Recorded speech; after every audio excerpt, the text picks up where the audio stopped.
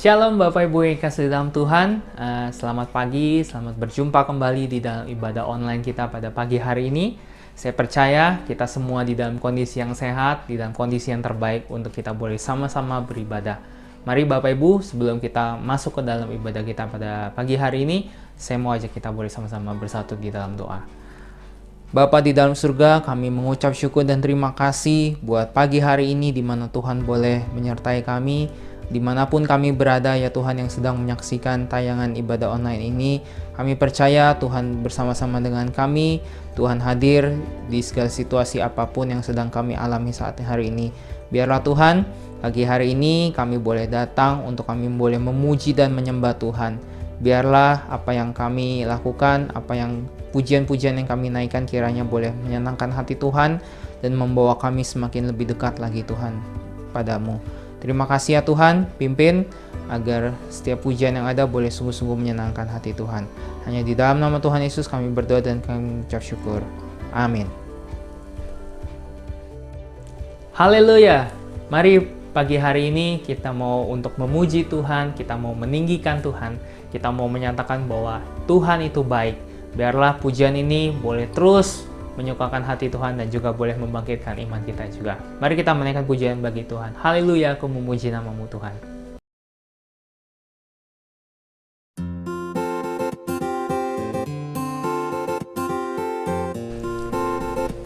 Mari kita boleh menaikkan pujian bagi Tuhan.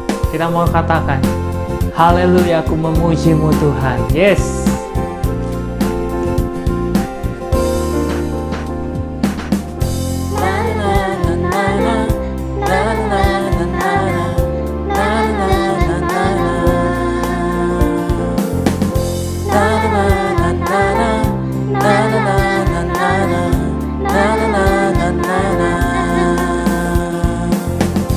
Haleluya, ku memujimu Tuhan, karena kasih-Mu tak berkesudahan.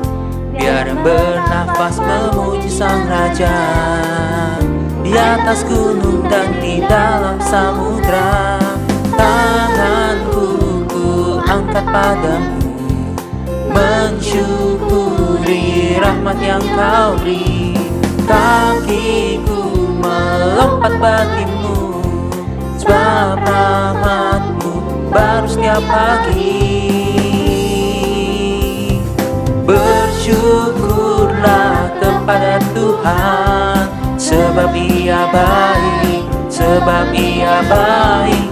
Bahwasanya untuk selamanya, kasih setianya, kasih setianya. Na na na na na na na na na na na na na na na na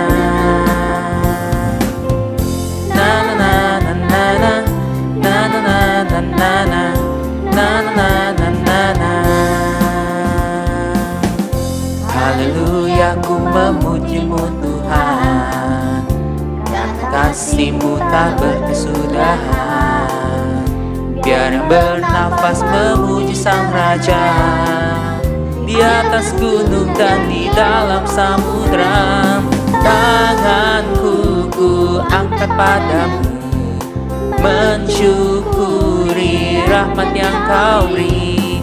Kakiku melompat bagimu, sebab rahmat-Mu baru setiap pagi.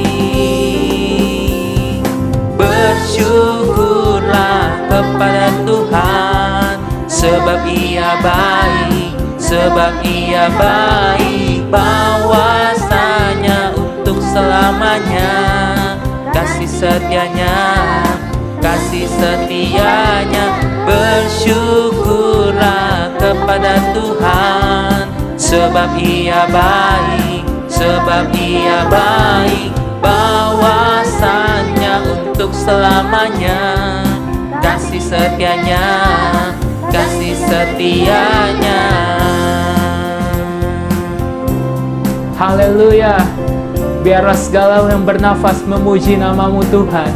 Biarlah kami pagi hari ini kami bersyukur kepadamu Tuhan, sebab Engkau Allah yang begitu baik di dalam kehidupan kami. Yes, amin. Tanganku ku kepadamu, mensyukuri rahmat yang kau beri. Kakiku melompat bagimu, sebab rahmatmu baru setiap pagi. Bersyukurlah kepada Tuhan, sebab Ia baik, sebab Ia baik. Bahwasanya untuk selamanya, kasih setianya, kasih setianya. Na na na na na na na na na na na na na na na na na. Na na na na na na na na na na na na na na na. Haleluya, kita berikan tepuk tangan buat Tuhan Allah kita. Yeay. Haleluya, amin. Mari Bapak Ibu yang kasih dalam Tuhan, kita boleh sama-sama untuk menyiapkan hati kita untuk menerima kebenaran firman Tuhan. Biarlah hati kita seperti tanah yang subur, yang siap untuk ditaburi benih firman Tuhan. Mari kita menaikkan pujian bagi Tuhan. Di hati inilah rumahmu.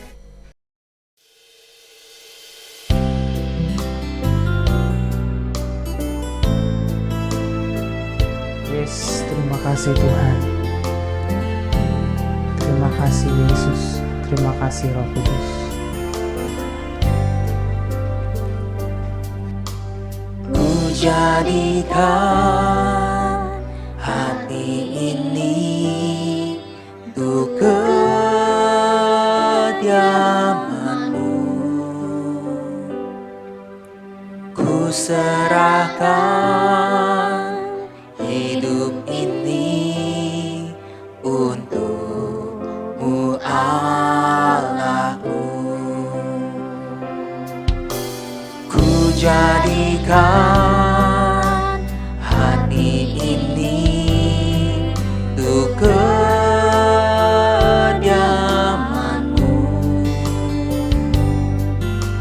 Ku serahkan hidup ini untuk-Mu, Allahku. Di hati inilah rumah-Mu, di hati inilah bait-Mu. Dimanapun ku kan berada, senantiasa Kau pun ada. Di hati inilah rumah-Mu, di hati inilah bait-Mu. Dimanapun ku kan berada, senantiasa Kau pun ada.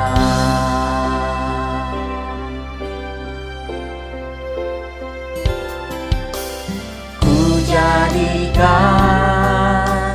hati ini untuk kediaman-Mu.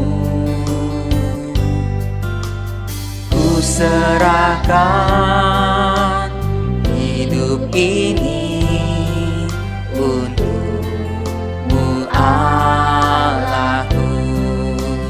Di hati inilah rumah-Mu, di hati inilah bait-Mu. Dimanapun ku kan berada, senantiasa Kau pun ada. Dimanapun ku kan berada, senantiasa Kau pun ada. Dimanapun ku kan berada, senantiasa Kau pun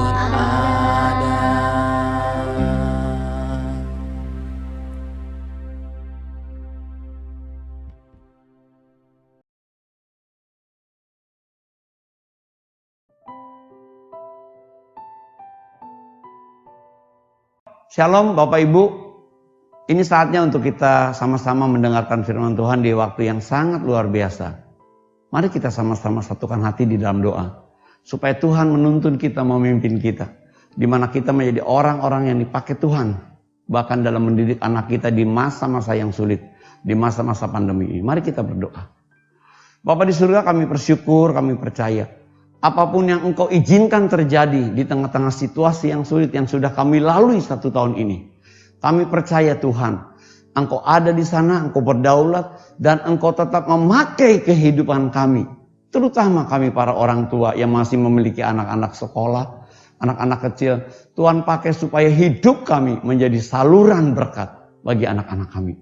Sehingga hidup kami Tuhan bisa menuntun, bisa membawa mereka menjadi orang-orang, menjadi anak-anak keturunan ilahi.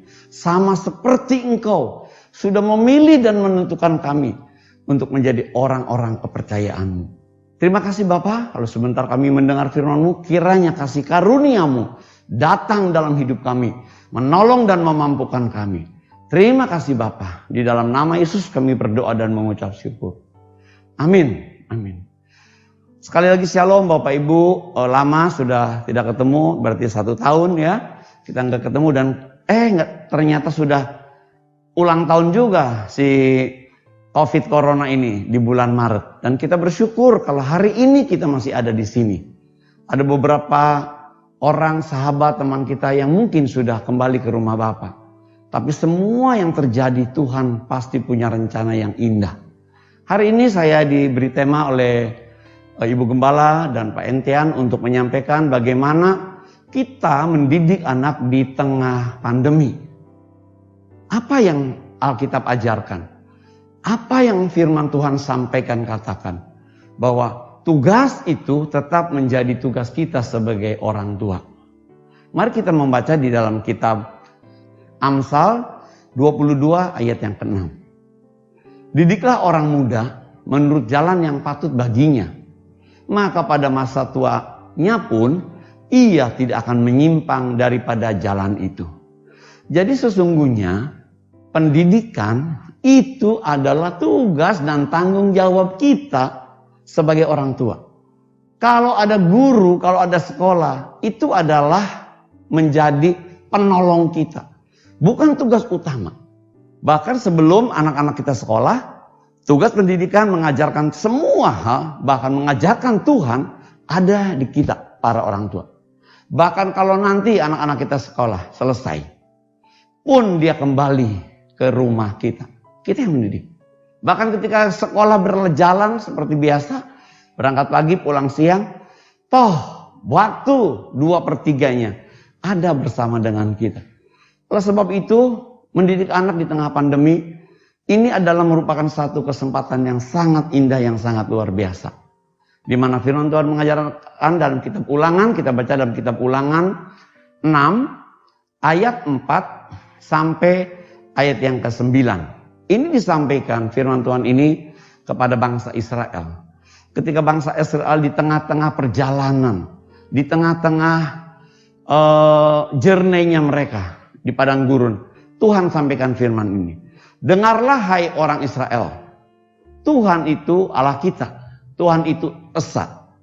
Kasihilah Tuhan Allahmu dengan segenap hatimu dan dengan segenap jiwamu dan dengan segenap kekuatan. Apa yang kuperintahkan kepadamu pada hari ini haruslah engkau perhatikan, haruslah engkau mengajarkannya berulang-ulang kepada anak-anakmu dan membicarakannya apabila engkau ada duduk di rumahmu, apabila engkau sedang dalam perjalanan, apabila engkau berbaring, dan apabila engkau bangun. Haruslah juga engkau mengikatkannya sebagai tanda pada tanganmu, dan haruslah itu menjadi lambang di dahimu, dan haruslah engkau menuliskannya pada tiang pintu rumah dan pada pintu gerbangmu. Tuhan sudah ngajarin. Dan hari ini mungkin Tuhan izinkan situasi terjadi seperti ini untuk kita bisa melakukan firman ini. Mari kita lihat di ayat yang keempat, bahwa mengajarkan tentang Tuhan itu adalah tugas kita. Dan sekolah ketika kita buat anak-anak sekolah supaya menjadi pandai, ujung-ujungnya supaya dia tetap mencintai Tuhan. Dia bisa melakukan segala hal untuk menjadi alat kemuliaan Tuhan. Dia bisa hebat untuk tetap menjadi kebanggaan Tuhan. Itu yang diajarkan. Itu yang menjadi tugas tanggung jawab kita. Supaya ketika anak-anak pandai di sekolah, anak-anak hebat, kreatif, segala macam, dia tidak melupakan Tuhan. Justru kalau anak-anak sekolah dan pandai kemudian dia melupakan Tuhan, berarti gagal kita mendidik anak-anak kita. Tuhan mengingatkan bahwa kitalah yang bertanggung jawab. Kasihilah Tuhan Allahmu dengan segenap hatimu dan dengan segenap jiwamu dan dengan segenap kekuatanmu. Ketika anak-anak sekolah, seolah-olah kita melepaskan tugas tanggung jawab itu. Tapi sesungguhnya lewat hidup kita, anak-anak belajar mengasihi Tuhan. Ketika dia ada di sekolah, dia semakin hari semakin lebih mengasihi Tuhan. Itu yang jadi tanggung jawab kita. Tapi situasi, kondisi seperti ini menjadi kesempatan untuk kita lebih lagi mengajarkan anak-anak kita. Untuk lebih lagi bersama-sama anak-anak kita mengenal Tuhan, mengasihi Tuhan. Di mana kita bisa mengajarkan hal itu kepada anak-anak kita? Apa yang kuperintahkan kepadamu pada hari ini haruslah engkau perhatikan. Haruslah engkau mengajarkannya berulang-ulang. Artinya gak bosen-bosennya. Ngajarin lagi. Kalau anak gagal, ajarin lagi. Sampai kapan? Sampai anak-anak kita mahir melakukannya. Itu jadi tugas tanggung jawab kita. Itu menjadi kesempatan kita. Sampai kapan? Sampai pada masa tuanya pun anak-anak kita tidak keluar dari jalan yang pernah kita tunjukkan kepada mereka. Jadi bagi saya, dan saya berdoa juga bagi teman-teman semua, bagi jemaat teman semua, kesempatan ini, kalau kita masih dikasih kesempatan untuk memiliki anak. Karena ada beberapa di antara Bapak Ibu yang memang sudah lanjut usia dan sudah tidak memiliki anak-anak yang ada bersama dengan Bapak Ibu. Tapi hari ini firman Tuhan ini mengajarkan bahwa inilah kesempatannya. Kapan dan di mana kita punya kesempatannya? Kita lihat di ayat yang ke-7. Kapan kita bisa mengajarkannya? Bahkan di dalam setiap kesempatan. Engkau membicarakannya apabila engkau sedang duduk di rumahmu. Kapan terakhir kali kita Bapak Ibu duduk bersama anak-anak kita? Duduk bukan berarti semua matanya ke tempatnya masing-masing. Ada yang duduk, ada ke sebelah kiri, ada yang duduk, ada ke sebelah kanan, ada yang duduk ke depan, ke belakang. Tapi masing-masing pegang handphone. Padahal ketika kita duduk kita ngobrol, kita sharing. Ini dari hal yang kita bisa ajarkan. Memang ketika istri saya lagi nemenin anak kami, dia duduk saja. Karena kebetulan anak-anak di rumah ada 4 gelombang. Ada 4 kelompok belajar. Ada TKA 5 anak, TKB 1 anak, ada SD 1 anak dan SMP 2 anak. Kalau yang SMP kita tidak terlalu sulit. Karena dia sudah mandiri kelas 3 SMP. Tetapi anak yang kelas 3 SD, kelas TKB dan TKA, kita mesti benar-benar sepanjang 2 jam ada di sana. Memperhatikan gerak-gerik mereka, menolong mereka, membantu mereka, dan mengawasi mereka. Kenapa begitu? Anak kami yang SD, dia bisa sambil belajar, dia bisa buka yang lain. Dia bisa nonton Kapten Vincent lah, dia bisa nonton cerita Superbook lah. Memang mungkin rohani semua, tapi dia tidak konsentrasi. Nah itu kesempatan untuk, ayo nak, fokus kembali. Tidak memarahinya, tetapi kita membimbingnya. Di mana lagi kita bisa melakukan hal itu? Ketika dalam perjalanan. Memang sekarang belum boleh terlalu banyak kita pergi kemana-mana. Tetapi ketika kita keliling, bahwa anak-anak keluar dari lingkungan rumah kita, jalan-jalan ke lapangan, kita bisa sambil ngobrol. Anak-anak lihat, papa itu indah bunganya. Terus gimana? Oh iya, kita kagumi. Tiba-tiba seorang anak lari mau mengambil bunga itu. Kita bilang, no. Lihat, Ada tulisannya, tante itu tulis, jangan petik aku, tapi rawat aku. Kita sebagai orang tua bisa mengajarkan hal itu. Bahwa kita tidak boleh mengambil barang orang sembarangan. Itu prinsip-prinsip yang kita ajarkan. Kemarin kami pergi ke Bandung, kebetulan ada kesempatan untuk berkunjung kepada satu pelayanan namanya Ruth, rumah untuk tumbuh harapan di Bandung yang melayani anak-anak, baby, anak-anak yang hamil di luar nikah. Ketika sampai perjalanan, istri saya tidur. Anak saya yang nemenin, sambil ngobrol, sambil tanya ini dan itu. Kenapa ya? Jalan tolnya kok bunyi dakduk, dakduk, dakduk. Oh iya, karena jalan tolnya baru dan ini ada pertemuan antara ini dan ini. Kenapa nggak bisa mulus? Karena masih baru, nanti kalau sudah diaspal. Dan dia sambil mengajarkan beberapa prinsip, beberapa hal. Dan nggak berhentinya selama 1,5 jam. Lumayan juga buat saya jadi nggak ngantuk ya, kan ada yang nemenin. Itu ketika kita dalam perjalanan. Bagaimana ketika kita sedang berbaring? Kita bisa menceritakan firman Tuhan, cerita ini dan itu. Tidak selalu harus pakai handphone. Kalau kita kesempatan masih punya buku cerita, atau punya Alkitab yang bergambar, anak-anak masih kecil, kita bisa mengerjakan hal itu kepada anak-anak kita. Dan ketika kita bangun, apa yang kita lakukan pertama kali? Anak-anak nyanyi. Bangun tidurku, terus mandi sambil itu ngajarin. Ayo rapikan tempat tidur kamu, rapikan selimut kamu, rapikan bantal guling kamu, dan kemudian mereka siap-siap untuk. Itu yang kita bisa ajarkan. Dan kesempatan itu terbatas Bapak Ibu. Dan hari ini kita bersyukur. Sepanjang tahun ini kita bersyukur. Kalau orang tua dikasih kesempatan untuk lebih banyak waktu di rumah. Bapak sih enak aja ngomong gitu, kita kerja gimana? Iya, saya juga ngerti sih. Sebabnya yang 8 anak di rumah, 9 anak di rumah, semua datanya, semua catatannya, semua laporan-laporan dari sekolahnya, 4 kelompok belajar itu ya kayak istri saya. Hei Nicholas kurang ini, hei Vina masih belum selesai ini, ya semua ini. Jadi kita segala macam. Tapi di situ juga melatih kita untuk menemani anak kita. Ini menjadi kesempatan bahwa orang tua menjadi gambaran yang utuh tentang kasih Bapa. Menjadi role model, menjadi teladan, menjadi contoh, memberi keteladanan bagaimana kita bersama-sama mengerjakan itu. Sehingga anak-anak enjoy. Ada yang sampai di hari terakhir bahkan besoknya mau ujian tengah semester atau ada PH, semua mesti selesai, dikejar. Kita mengerjakannya bersama-sama. Kita menolong mereka.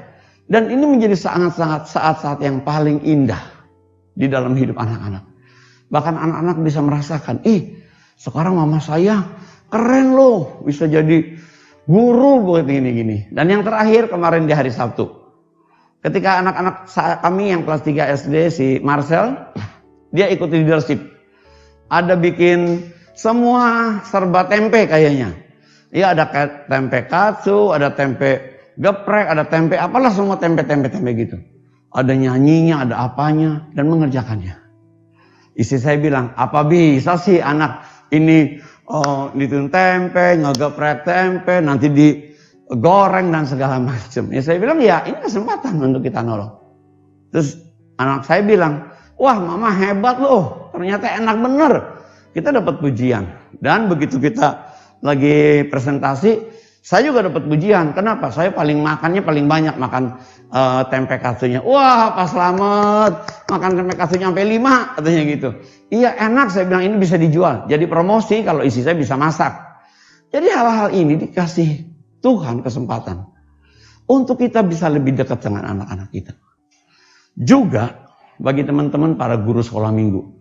Wow, saya melihat bagaimana anak-anak ngikuti cerita sekolah minggu sangat antusias. Bahkan ada tayangan-tayangan, ada activity, ada games atau ada apa sehingga anak-anak bisa mengikuti semua apa yang diajarkan oleh guru sekolah minggunya. Dan tanpa terasa sepanjang tahun mereka bisa kumpulkan hasil karyanya. Wah, indah sekali. Sehingga kita melihat seolah-olah memang ini kesusahan, kesulitan. Tetapi di balik semua itu adalah kesempatan yang sangat indah. Di mana karya Tuhan sangat-sangat luar biasa dalam hidup Bapak, Ibu, dan kita semua. Saya nggak tahu sih kalau yang sudah jadi omah seperti apa. Tapi kita juga terbatas. Ya, kalau mungkin oma tinggal bersama keluarga yang lain segala macam, oma juga mungkin nggak bisa ikut jalan-jalan apa. Tapi ini kesempatan untuk oma bisa mendampingi, untuk menghibur keluarga, untuk bisa menolong, untuk bisa mengayomi kita semua. Semua punya peranan yang sangat luar biasa. Kalau guru-guru di tempat kami di Sekolah Tunas Bangsa, wah udah luar biasa kerjanya mereka. Bahkan sampai jam 10 malam aja masih Zoom sama anak-anak. Saya bilang, guru-guru sekolah itu hebat, keren, luar biasa. Nggak ada capeknya kayaknya. Sampai ditanyain itu, ini, sampai sampai saya nemenin yang SMP. Itu sampai jam berapa ini selesai? Jam 10 Pak katanya.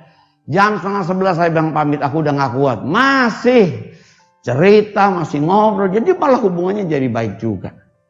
Saya pribadi bersyukur lewat kesempatan ini. Ini membuka cakrawala kita.